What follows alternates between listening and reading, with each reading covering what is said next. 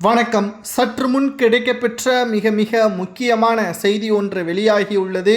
தமிழக துணை முதல்வர் உதயநிதி ஸ்டாலின் அவர்களது மனைவி கிருத்திகா உதயநிதி அவர்களை அமலாக்கத்துறை அதிகாரிகள் இன்று கைது செய்ய உள்ளார்கள்.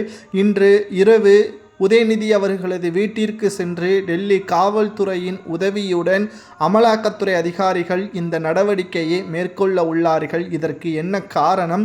கைதுக்கு பிறகு சிறையில் அடைக்கப்பட்டு அவருக்கு தண்டனை கிடைக்குமா அல்லது விசாரணைக்காக அழைத்து செல்லப்படுகிறார்களா என்பதை இந்த வீடியோவில் முழுமையாக தெளிவாக நாம் பார்க்க போகிறோம். பிரபல போதை மருந்து கடத்தல் மன்னன் ஜாபர் சாதிக் அவர்கள் கடந்த சில மாதங்களுக்கு முன்பாக கைது செய்யப்பட்டார்.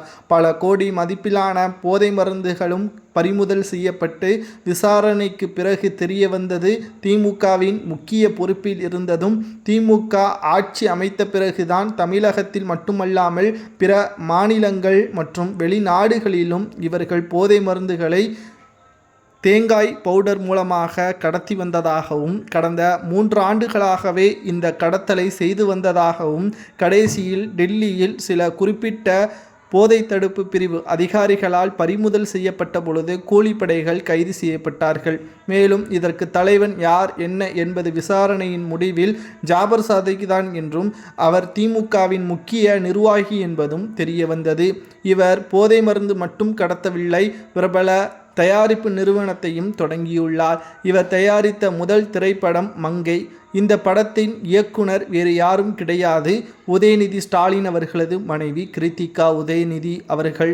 இந்த படத்திற்காக பல கோடிகள் வருமானமாக சம்பளம் பெற்றுள்ளார். மேலும் இந்த படத்தை தயாரித்து வெளியிட்டது முழுக்க ஜாபர் சாதிக் அவர்கள் ரெட் ஜெயின்ஸ் மூலமாக வெளியிட சொன்னார் என்றும் இதனால் உதயநிதி ஸ்டாலின் அவர்களுக்கும் பல கோடி கிடைத்துள்ளது.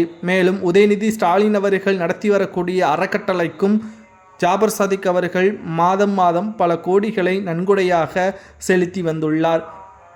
இதற்கும் உதயநிதி ஸ்டாலின் அவர்களது மனைவி கைதுக்கும் என்ன சம்பந்தம் என்று நாம் பார்க்கும் பொழுது, போதை மருந்து கடத்தல் விற்ற பணத்தில்தான் நான் சம்பளமாக கொடுத்தேன் என்றும் அதுவும் அளவிற்கு மீறி அவர் முதல் படத்திற்கே இவ்வளவு கோடிகள் தயாரிப்பாளர் கொடுக்கிறார் என்றால் அதற்கும் இந்த போதை மருந்து கடத்தலுக்கும் உதயநிதியின் மனைவிற்கு தொடர்பு இருந்திருக்கலாம் என்ற ஒரு சந்தேகத்தின் அடிப்படையில் இந்த விசாரணை நடைபெற்றுள்ளது. இந்த விசாரணையின் முடிவில் ஆதாரங்கள் அனைத்தும் உதயநிதி மனைவிக்கு எதிராக இருந்தால் நிச்சயம் அவரும் சிறையில் அடைக்கப்படுவார் என்ற தகவல்தான் திமுகவின் வட்டாரத்தில் பேரதிர்ச்சியை ஏற்படுத்தியுள்ளது. இவர்களுக்கு என்ன தண்டனை கொடுக்கலாம்?